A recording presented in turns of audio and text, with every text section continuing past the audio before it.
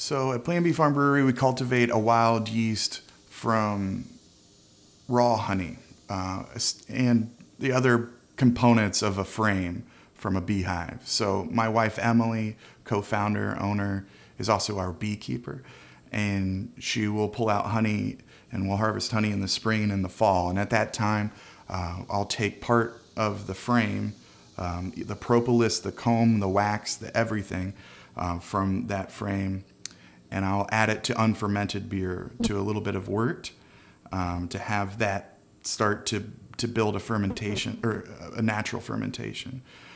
From that, I'll add whatever that natural fermentation is. I'll decant the fermented liquid, and then I will pour that into more unfermented beer and an Erlenmeyer flask on a stir plate, much like you would do, build a starter for home brewing.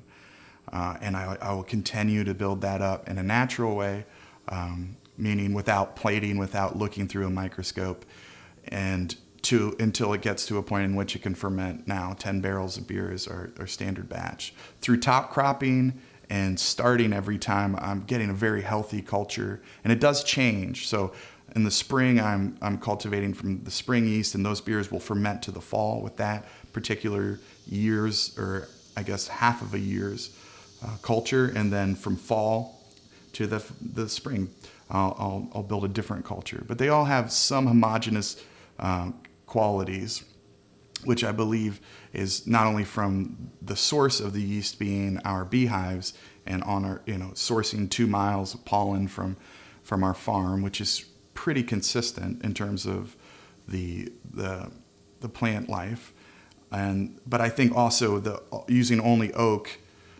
provides kind of a seasoned vessel that allows like a more homogeneous flavor of the beers.